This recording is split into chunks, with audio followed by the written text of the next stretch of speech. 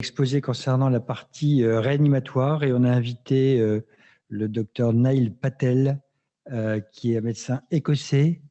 Neil, are you here? Yes, Neil is here. Thank you, Neil.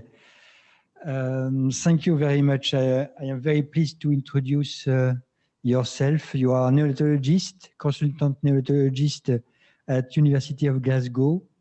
And at the Royal Hospital for Children in Glasgow, and you are an outstanding expert in the hemodynamic assessment in the newborn, and you performed many work and study in CDH infants, and your talk today will be the cardiac function in CDH infants.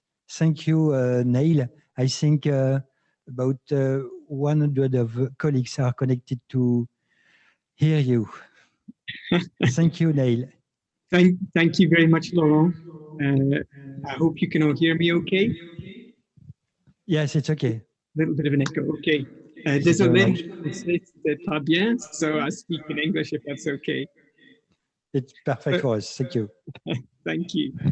So it's a pleasure to join you all. Thank you very much for the invitation to join you and to talk on this topic, cardiac function in congenital diaphragmatic hernia, which is really an area that I've been interested in for the past 15 years or so, and continuing to learn more about all the time in collaboration with colleagues throughout the CDH community. I'm based here in Glasgow, as Laurent said, at the Royal Hospital for Children. Our centre is a regional centre for neonatal surgical disease and a National Scottish Centre for Congenital Cardiac Disease and for ECMO. And I really have a pleasure of working with a fantastic group of colleagues from many different specialties who share my interest in congenital diaphragmatic hernia. Many of you will recognise patients like a baby you see here. His name is Daniel. And in the first few days of life, they can pose many challenges for us. I think there are lots of questions that still remain unanswered in a general sense about CDH, but also around specific patients. How can we predict, even from a prenatal point in time, the outcome for these patients and counsel families and adjust our management in response to that? What's the best way to manage them in the delivery room? In terms of neonatal management, how should we ventilate? Which pulmonary vasodilators should we use? Which other cardiovascular agents should we use? When should we operate? When should we use ECMO? And what are the long-term outcomes for this patient? And what I'd like to help share with you today, perhaps, is how thinking about the heart in CDH has certainly helped me to think about some of those aspects of CDH and start to answer some of those questions a little bit more. And I think in the past, the heart in CDH has been a little bit of a black box. We've perhaps focused on other parts of the body, the function of the lungs in particular, the timing of surgery and the methods of surgery. So what I'd like to do today is just talk a little bit about the pathophysiology of the heart and cardiovascular function in CDH, as much as we currently understand, and then apply that in a clinical setting to our assessment and management of these patients. And at the end, to touch on future directions, how we can continue to improve our understanding and other areas for research. When we think about the pathophysiology of congenital diaphragmatic hernia, I think in the past, we tended to think of it two major pathologies: pulmonary hypoplasia, and of course, macroscopically, the lungs are small, particularly on the ipsilateral side. And histologically, we see reduced numbers of airways, reduced number of alveoli. And clinically, we have used that information to make predictions about outcome based on fetal lung volume, also based on ventilatory function, including lowest or highest carbon dioxide after birth, and also to guide our ventilatory strategies, including approach of avoiding volume trauma and barotrauma. The other component of the pathophysiology in CDH, which is well recognized, is the role of pulmonary hypertension, elevated pressure in the pulmonary arterial system. And we do tend to think of that as a problem related to the abnormal development of the pulmonary vasculature, particularly the pulmonary arterioles. As you see in this diagram here, this picture here, with a thickened medial layer, thickened adventitial layer, giving rise to reduced caliber of the vessels. And of course, when we think about pulmonary hypertension, what we really mean is an increase in pulmonary artery pressure, which is the product of flow and resistance. And as I said, in CDH, we attribute that increased pulmonary artery pressure to an increased resistance related to structural abnormalities of the pulmonary arterioles, but possibly also a precapillary element due to functional vasoconstriction of those pulmonary blood vessels.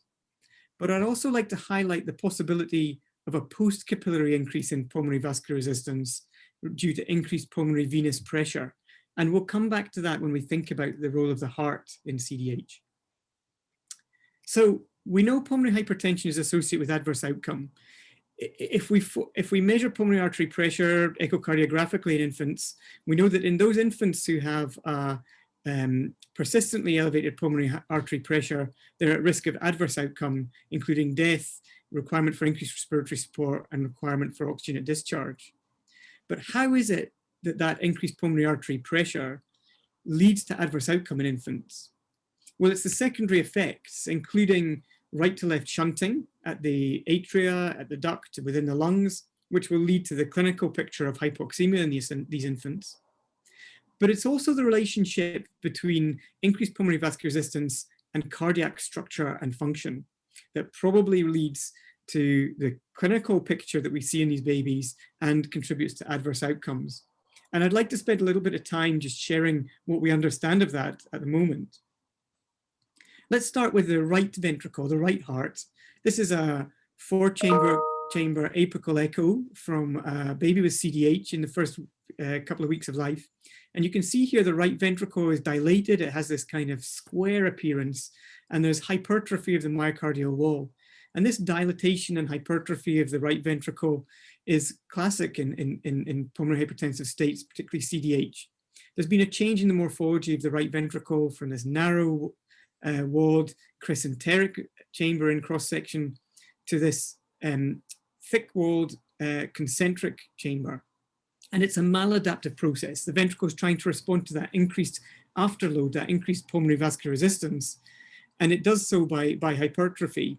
But at the same time, that sets up an increased oxygen demand in the ventricle, and with the increase in ventricular pressure, because of the increase in pulmonary artery pressure, there's reduced coronary perfusion gradient and the potential for subclinical ischemia here.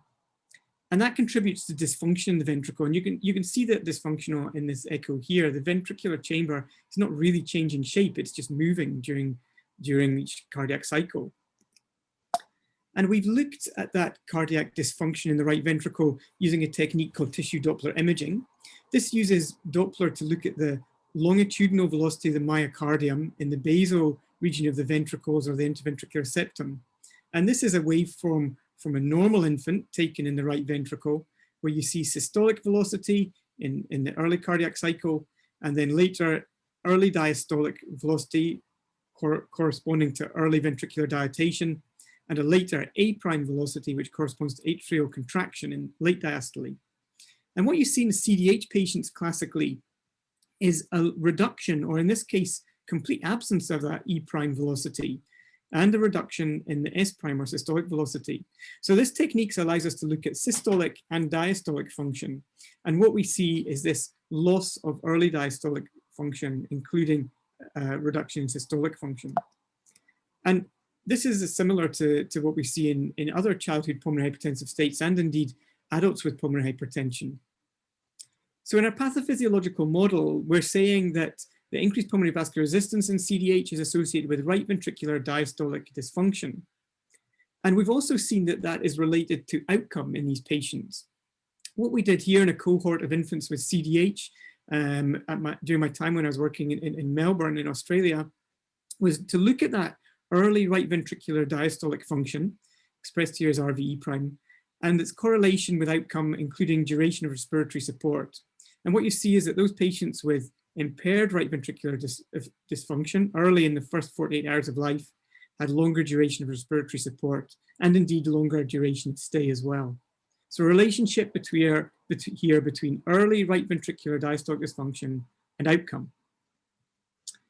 But it's not just the right ventricle that is dysfunctional in CDH. And I think that's something that many clinicians have recognized for some time and is seen in this 4-chamber echo video here. So here's the right ventricle. This is a patient in the first day or so of life. And you can see the right ventricle is not contracting particularly well.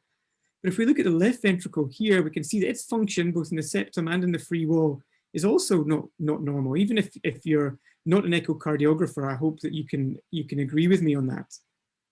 And we've tried to look at this dysfunction in the left ventricle a little bit more objectively and quantitatively using the technique of speckle tracking echocardiography. Speckle tracking uses the natural acoustic reflections or speckles that you see on echo to look at the relative lengthening or shortening of regions of the myocardium during the cardiac cycle. And it can look at that lengthening or shortening, which we call strain, in a number of planes, and it allows us to look both at the longitudinal strain or the shortening during systole in the longitudinal plane, the circumferential shortening or strain, and also the radial thickening, which is a positive strain during systole. And when we used this technique to look at regional strain in both the right and the left ventricle in a cohort of infants with CDH in the first 48 hours of life, what we've seen is a reduction globally in strain, both in the right and the left ventricle. Here you see longitudinal strain in both ventricles and the circumferential and radial strain in the left ventricle, and all reduced in CDH compared to controls. And this technique has allowed us to really appreciate that left ventricular dysfunction is a real phenomenon in CDH, and also to try and understand when and how it happens. Well, if there is left ventricular dysfunction in CDH, one possible reason is due to mechanisms of ventricular interdependence. In other words, dysfunction in the right ventricle leading to dysfunction in the left ventricle because of the shared muscle fibers, the shared pericardial space, and the shared septum between the two ventricles. But what's interesting is that we've also seen this left ventricular dysfunction in patients who don't have right ventricular dysfunction or have minimal right ventricular dysfunction. And that leads us to hypothesize that there's also primary left ventricular dysfunction in some patients with CDH. And one of the possible mechanisms or precursors to that may be in fetal life. It's well recognized that the left ventricle in CDH can be relatively hypoplastic. That's been observed both on postmortem studies and also in ultrasound studies, including this one from a group in the west coast of the United States. And here what they observed is that in both left and right-sided diaphragmatic hernia, the left heart structures in the fetus were significantly reduced. This is expressed as Z scores here, and you can see reduced mitral valve and left ventricular end diastolic volume Z scores. And it appeared to be related to the severity of the CDH, which was classified according to fetal lung volume. So one possibility here is that the relative hypoplasia of the left ventricle may predispose the patient to left ventricular dysfunction in that early postnatal period. Now, the mechanisms of left ventricular hypoplasia in the fetus may be multiple. One is due to reduced pulmonary blood flow and therefore reduced left atrial filling and reduced left ventricular flow. Left ventricular flow might also be reduced because of altered ductus venosus streaming. The hypothesis here is that because of mediastinal shift, particularly in left-sided CDH, ductus venosus streaming is directed away from the foramen ovale and the left atrium and more towards the right atrium and right ventricle. And another possibility is a direct mechanical compression of that left ventricle in fetal development. So we're saying here that one other possible mechanism of left ventricular dysfunction in early postnatal life may be that fetal hypoplasia. And of course, another challenge that all left ventricles have to face in the transitional period is the change in afterload as the placenta is removed and systemic vascular resistance increases. So to me, I consider that this transitional period immediately after birth and in the first few days after life, the left ventricle really has a perfect storm of challenges in CDH, and compounded further by acidosis and hypoxia in that period. And that's what can contribute to the clinical picture that we see. So what we're saying is that the combined biventricular dysfunction gives rise to reduced cardiac output. And our hypothesis is that that is the mechanism of the systemic hypotension that we see so frequently in congenital diaphragmatic hernia soon after birth. And combined with a hypoxemia due to right to left shunting gives rise to that clinical picture of acidosis. And there's a negative feedback loop here. As acidosis, hypoxemia, hypotension deteriorate, they will exacerbate right to left shunting and PVR and cardiac dysfunction. And we get that clinical picture of spiraling deterioration that can often happen in patients postnatally, especially severe CDH. And that relationship between cardiac dysfunction and the clinical phenotypes in CDH and outcome has also been demonstrated recently in an analysis we undertook in the CDH registry. As you may know, the CDH study group registry based in Texas collects data from over 90 centers. And that allowed us to look at a cohort of infants, over 1,000 infants, where early cardiac function was recorded in the first 48 hours of life. And what we observed was that there was a relationship between cardiac dysfunction and survival. Here in the Kaplan-Meier plot, you can see that over the first 100 days of life, those infants who had no evidence of cardiac dysfunction had the highest rates of survival, and there was a progressive deterioration in survival in right ventricular dysfunction alone, left ventricular dysfunction alone, and the combined biventricular dysfunction groups.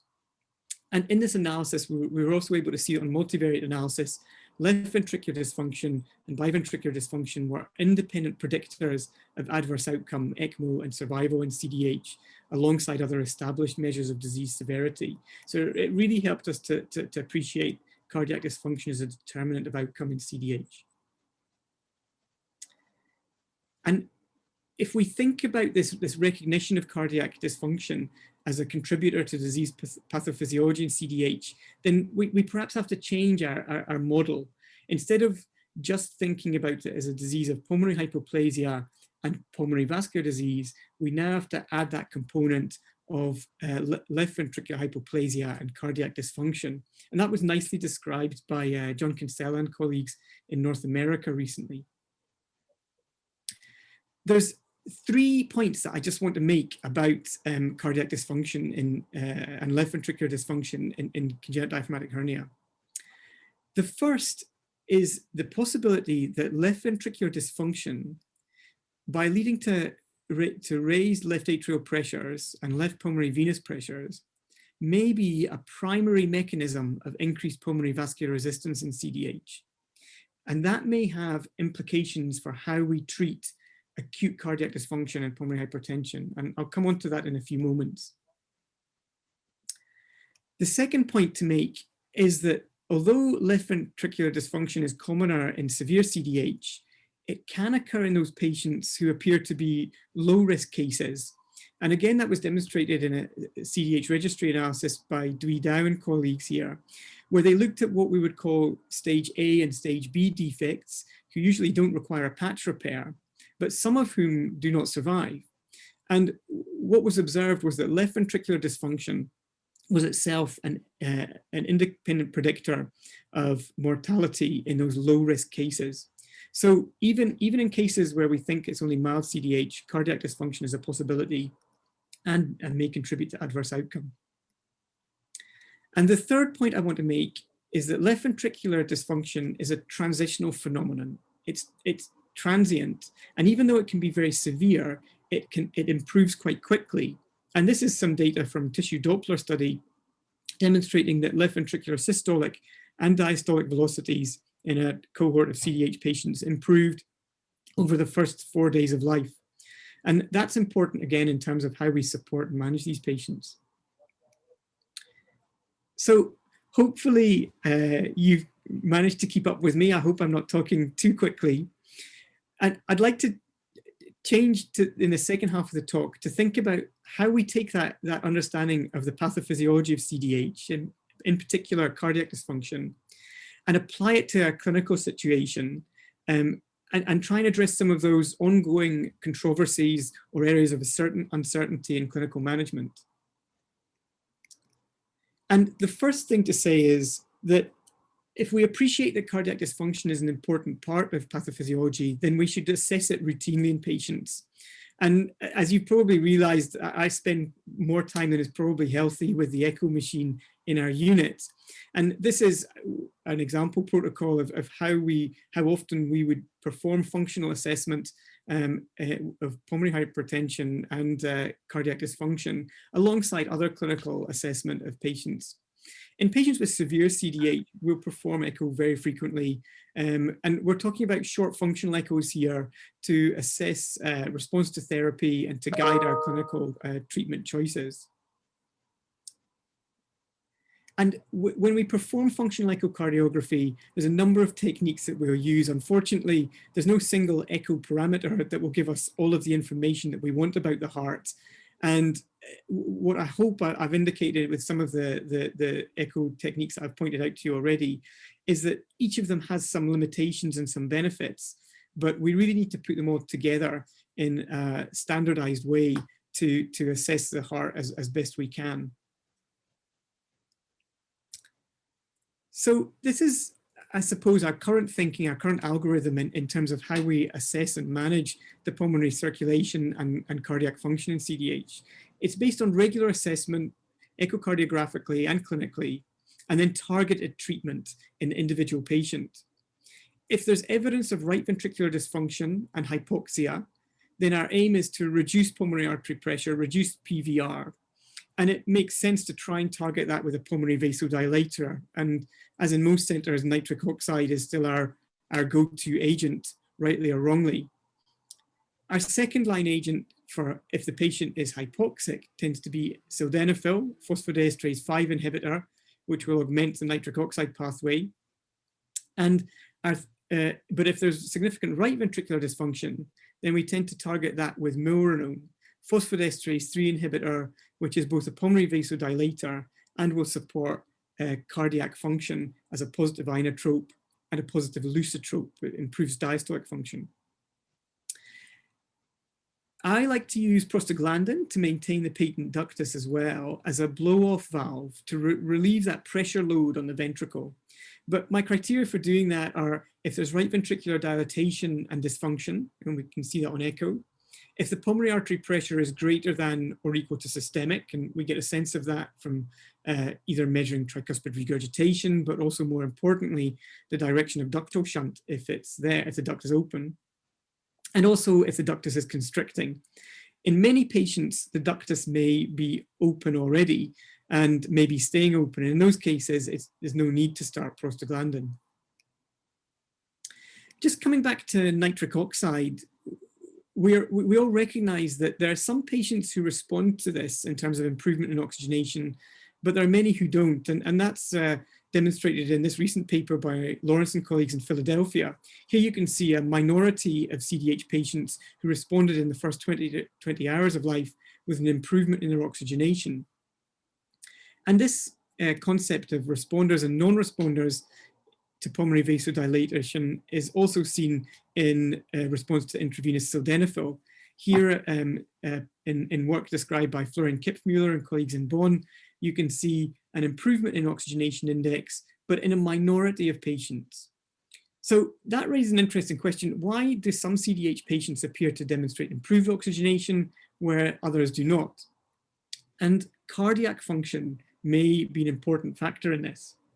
Again, going back to the paper from Philadelphia, if you look at the characteristics of those patients who responded to nitric oxide compared to those who did not, the only significant difference was the presence of increased proportion of left ventricular dysfunction in the patients who responded to nitric oxide.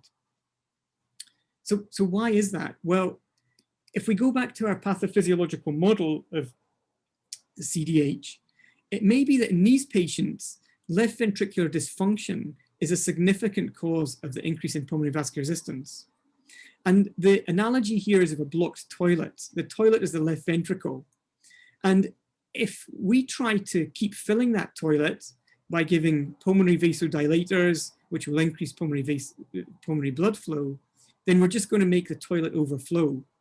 Instead, what we need to do is unblock the toilet. And arguably, we do that by directly improving left ventricular dysfunction. And so in those patients who have left ventricular dysfunction, demonstrated on echo, but also with evidence of systemic hypotension, Our approach is to support cardiac function, improve left ventricular function, and aim to optimize the systemic vascular resistance. By that, I mean that we try and avoid excessive vasoconstriction or increasing the afterload on the left ventricle. And our choice is therefore to use a positive inotrope plus some degree of systemic vasodilatation, mild systemic vasodilatation. In our own center, we like to use low-dose epinephrine with milrinone, and we'll also use hydrocortisone. But I think it's a case of not one particular agent, but a treatment approach which we should be using. If a patient is failing to respond to medical management, then arguably there's a case for supporting left ventricular dysfunction with ECMO, because we know this is a transient phenomenon, and if we can get the patient over it, improve their systemic blood flow, improve their systemic oxygenation, then we should be able to then wean our ECMO and repair the patient afterwards. I'll come back to that in a second. And that's the use of our assessment of cardiac function to guide the timing of interventions, including repair, ECMO, and in due course extubation. So here's an example of a patient where we use this approach. Here you see 4-chamber view of the heart on day 1 of life, a degree of right and left ventricular dysfunction, which is confirmed on the left and right ventricular strain. Normal value here should be -20, and you can see it's reduced in the left and the right ventricle. And the duct shows a classic pattern of bidirectional flow with predominantly right to left flow, indicating systemic or suprasystemic pulmonary artery pressure.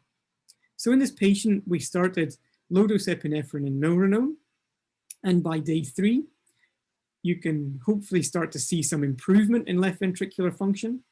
Right ventricle is still a little bit dysfunctional, and we can see that the shunting pattern in the duct is still predominantly right to left. And the strain is improved in the left ventricle, consistent with what we're seeing on the 2D loop here. At that point, because of the ongoing elevation of pulmonary artery pressure and oxygenation impairment, the patient was also commenced on intravenous sildenafil. And by day 5, you see ongoing improvement in left ventricular dysfunction, maybe a little bit of improvement in right ventricular dysfunction, also reflected in the strain values, and arguably maybe that shunt is starting to become a little bit more left to right.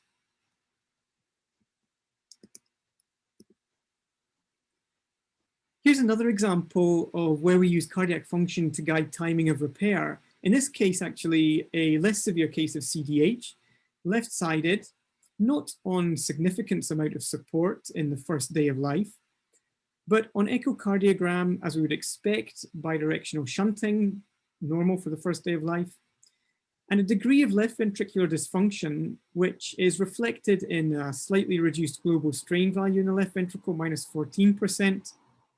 And in this case, this gave us an objective measure to say to our surgical colleagues, we're going to give this patient some more time, let the left ventricular function improve, and when it has done by day 3 of life, we're much happier about this patient going on to have their surgery. They had a primary repair, unsurprisingly, of a stage A defect.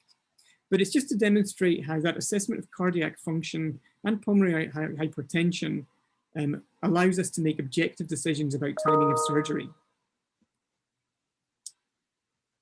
And that information can also help us in terms of ECMO strategy.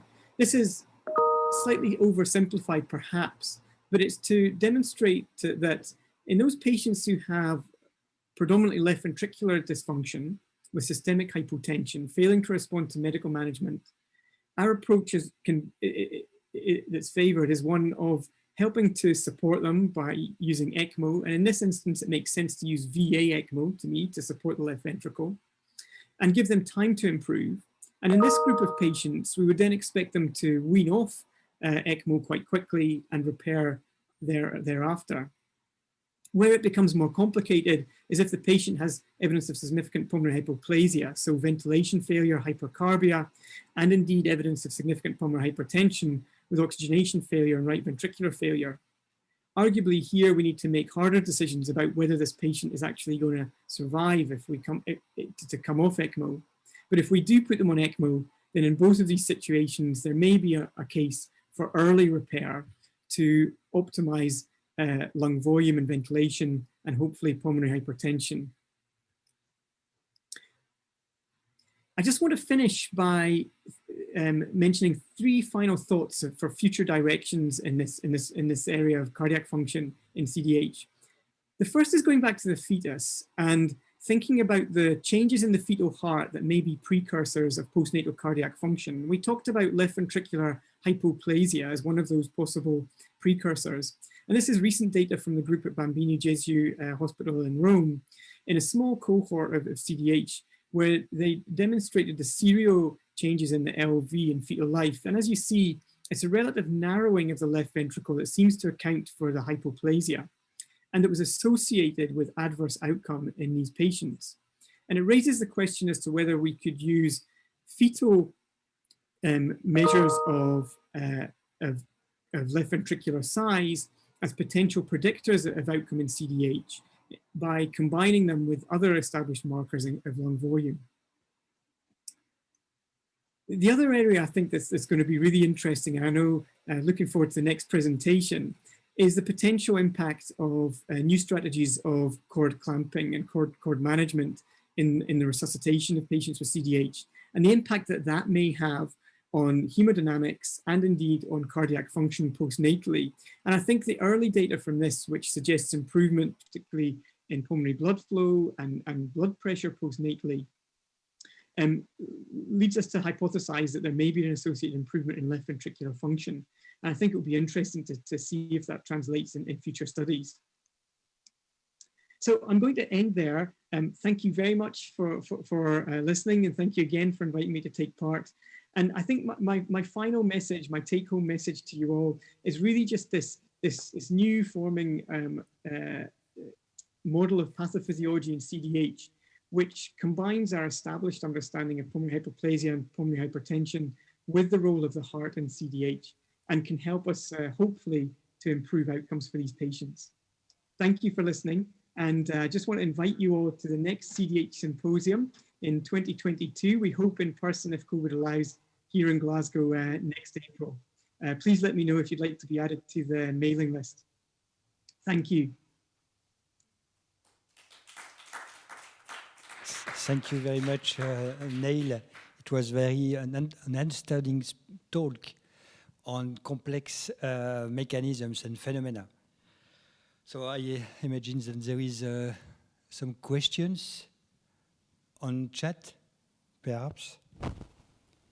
Visibly, you spent a lot of time with Mrs. Patel regarding the huge amount of data you collected for this study. Yeah, I think probably too long sometimes. The other Mrs. Patel has something to say about that. I'm just looking at the question on the chat about the use of norepinephrine for pulmonary vasodilator properties. I think that's a really interesting question. And I think it's one that we don't really have an absolute answer to. There's also there's clearly some data to suggest that noradrenaline has some value in infants with pulmonary hypertension. My view is that it's about targeted, goal-orientated approach for each patient. So if we start an agent based on our findings in that individual patient, then we look to see what the response is.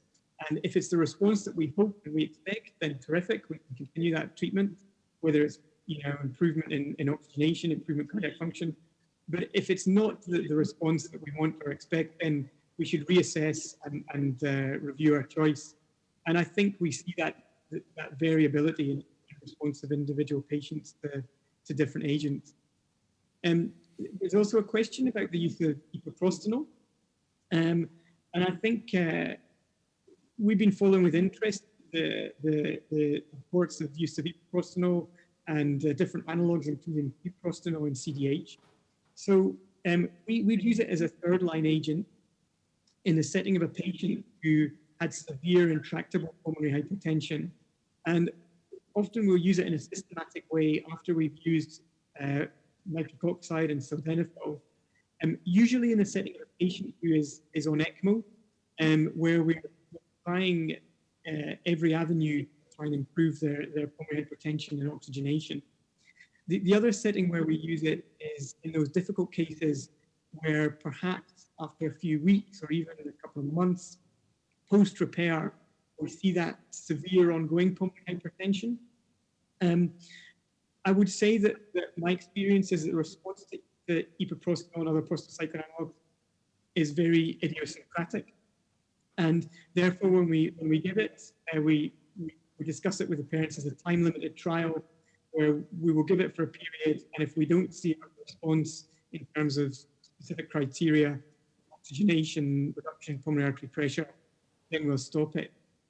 And I think sometimes the benefit of doing that, even if it's not successful, is that it can show the family and ourselves that we have attempted everything in a systematic way. And if we still have not seen improvement, then it gives us, it can help us in our decision making in terms of whether we're going to continue intensive care therapy in those patients. We don't use, or we haven't used treprostinil for chronic management of pulmonary hypertension and CDH, partly because of availability in our centre and very high cost, but also because we instead tend to favour use of sildenafil for ongoing management of longer-term pulmonary hypertension. I hope that answers the question. Thank you, Neil. Is there other question? You mentioned that post-charge, increase in post-charge may impair cardiac function. What advice could you give as pressure target, systemic pressure target? Yeah, that's an important question. Personally, we would target a blood pressure that is in the high normal range, not excessive pressure, and we would avoid excessive vasoconstriction, certainly in the setting of left ventricular dysfunction, for that reason. I think historically, sometimes there would be a tendency to aim for supranormal, excessively high blood pressures to try and minimize ductal shunting. But my thinking has come around to focusing more on optimizing left ventricular dysfunction by avoiding excessive vasoconstriction, avoiding high SVR, because if we can do that, then we can support the left heart to support the blood pressure rather than be artificially putting the blood pressure up. I think that there are situations where it may be reasonable to use vasoconstrictor, but for me personally, they would be situations where the heart function is good, but there may be other reasons for a low systemic vascular resistance, for example, sepsis or hypovolemia. Other questions? Neil, have you experience of levosimendan in case of severe form of cardiac dysfunction? Yes, again, really interesting question. So my own experience of using levosimendan is very limited to only 2 cases. And in both cases, there was some improvement in cardiac function, but it was at the same time as receiving ECMO therapy.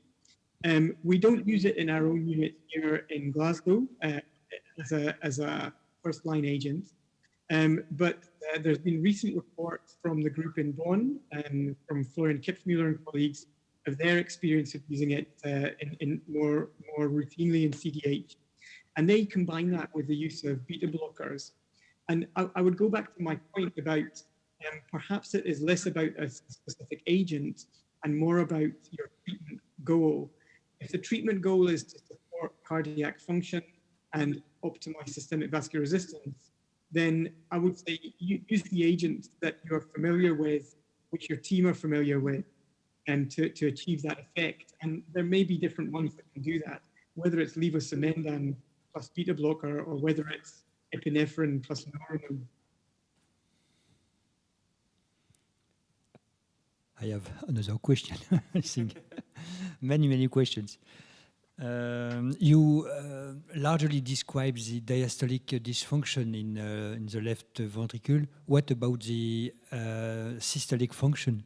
It seems when we assess cardiac function that the free wall of the left ventricle is also impaired during systole. What do you think of that? Yes, absolutely. So in the right ventricle, the function seems to be predominantly diastolic. In the left ventricle, we see both systolic and diastolic dysfunction. And the speckle tracking data has shown us that that systolic dysfunction in all of the different planes. To some extent, that's interesting from a research point of view and from understanding the underlying pathophysiology in CDH. But I suppose from a clinical point of view, that ability to eyeball the cardiac function on echo from a two loop can give us a sense, as you saw, hopefully, of cardiac dysfunction without necessarily separating out systolic and diastolic. And I think that's still important. I think that I wouldn't want people to think that you needed to do tissue Doppler or speckle tracking to manage cardiac function in CDH. You can make an assessment from routine echocardiography as well. I profit that we have 4 more minutes to ask one more question. When I think that you use frequently chorotrope. Did you observe drop in arterial pressure? And if so, did you observe a decrease in pulmonary perfusion? Because when the ductus arteriosus, you see, is open, when there is a drop in systemic pressure, there is also a drop in pulmonary pressure.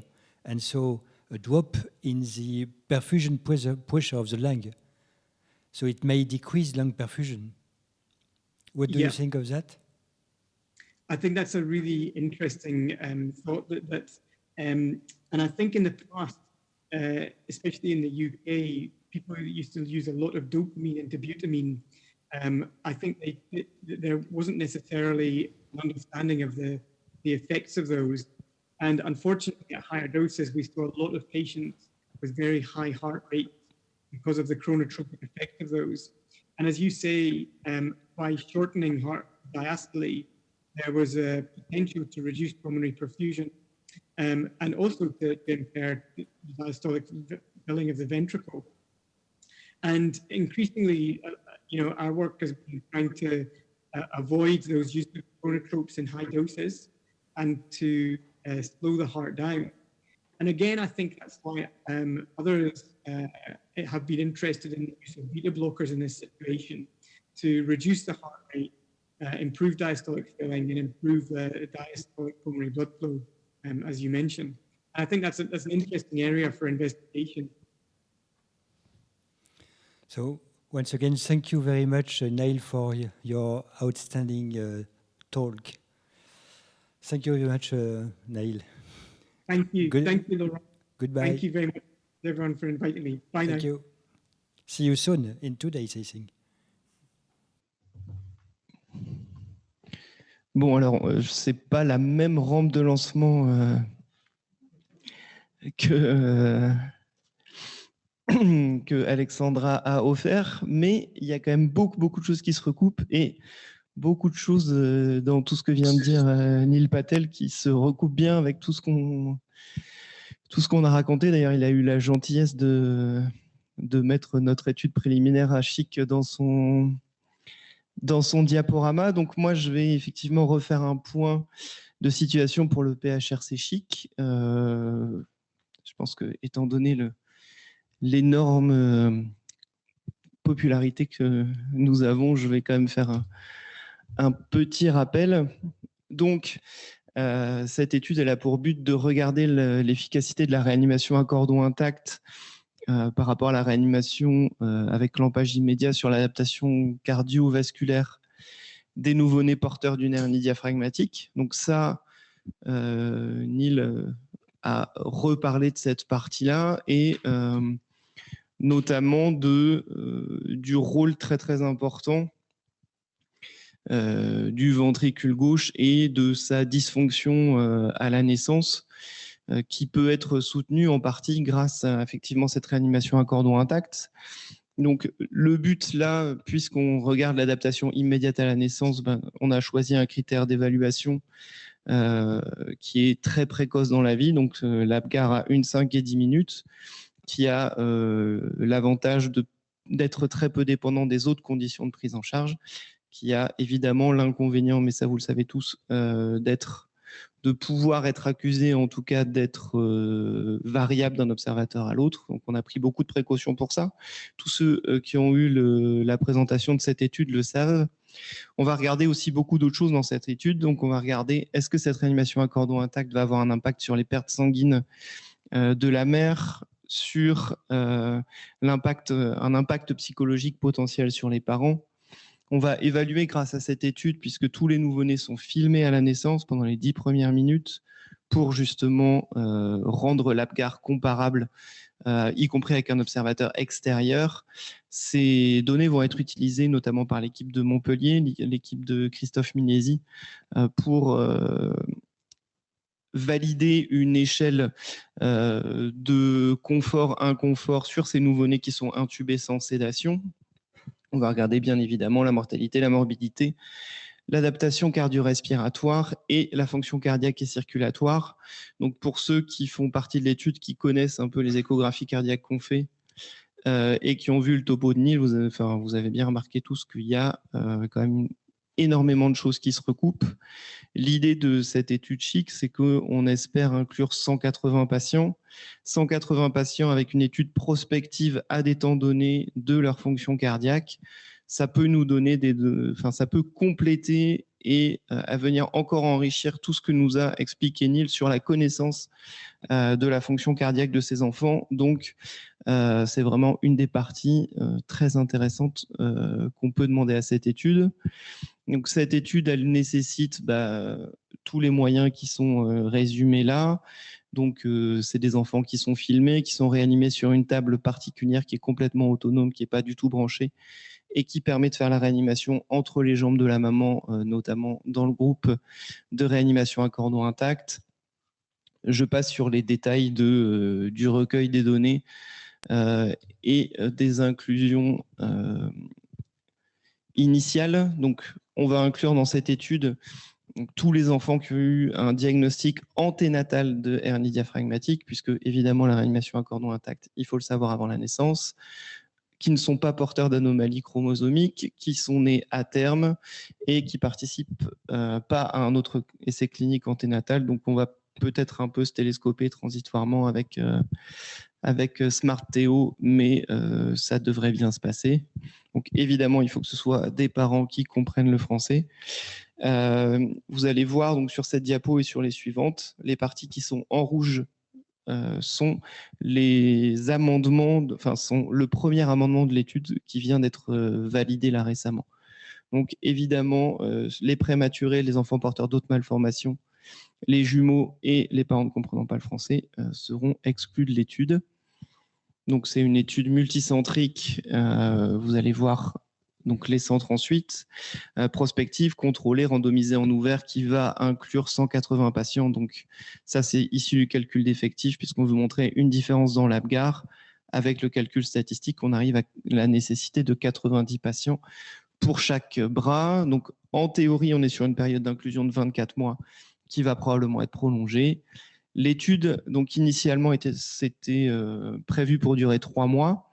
Elle va être prolongée puisque notamment les échographies cardiaques vont être poursuivies après 3 mois, donc à 6, 9 et 12 mois, au moment des consultations standards de suivi de ces patients, pour répondre à pas mal de questions, mais notamment, Neil vous a montré tout à l'heure dans son exposé que la fonction cardiaque des nouveau-nés avec une hernie diaphragmatique est anormale, que grâce à des outils comme le speckle tracking, on peut évaluer cette fonction de manière assez fine.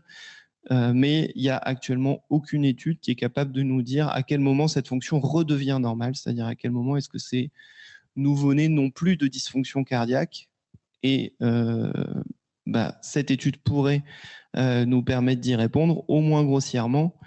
et ça pourrait avoir des implications, notamment quand on réopère et quand on réendort ces nouveau-nés, savoir s'ils ont effectivement récupéré une fonction cardiaque strictement normale, ça peut avoir des conséquences tout à fait importantes.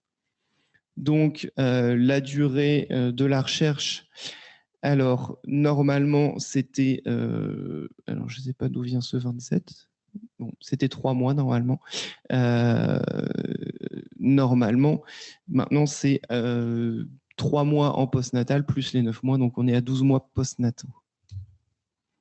Donc, les centres qui actuellement participent à l'étude sont les points verts sur cette diapo. Donc Lille, alors je commence, c'est pas par chauvinisme, c'est parce que je commence en haut de la carte. Donc Lille, Amiens, Necker, KB, Rennes, Nantes, Bordeaux, Lyon, Montpellier, Marseille actuellement. Je peux vous dire officiellement aujourd'hui, puisque ça a été accepter que Trousseau va nous rejoindre très prochainement. On a d'autres centres qui pourraient nous rejoindre et pour ceux qui seraient intéressés de rejoindre cette étude, pour l'instant, on a limité le nombre de centres pour des belles histoires de financement. Mais à l'avenir, si on arrive à obtenir des financements supplémentaires, s'il y a d'autres centres qui souhaitent rejoindre l'étude, ils peuvent ne pas hésiter à nous contacter. Ce sera évidemment dépendant de l'argent qu'on arrivera à recueillir pour les centres suivants. Au jour d'aujourd'hui, donc vous avez sur ce tableau les centres qui sont ouverts, vous avez les dates d'ouverture de chacun des centres, vous avez le nombre d'inclusions, vous voyez qu'on est à 13 patients. Alors il y a beaucoup de centres qui sont ouverts assez récemment, hein, vous voyez là, mars, mai, donc on n'est pas sur la vitesse du croisière du nombre d'inclusions. Mais c'est vrai qu'on aimerait pouvoir accélérer ces inclusions et ouvrir d'autres centres prochainement. Voilà un petit peu le point d'étape sur CHIC. Donc évidemment, je profite de ce topo pour remercier tous les gens de tous les centres qui participent, de l'énorme énergie que ça prend et de l'énorme énergie qu'ils ont dépensée pour inclure des patients. Et puis, bah, évidemment, j'encourage tout le monde à continuer.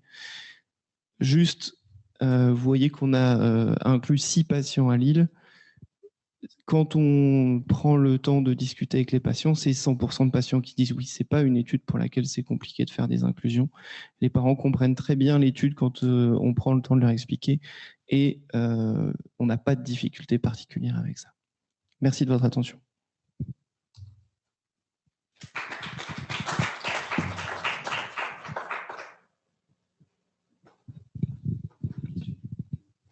Est-ce que j'ai des questions pour moi-même?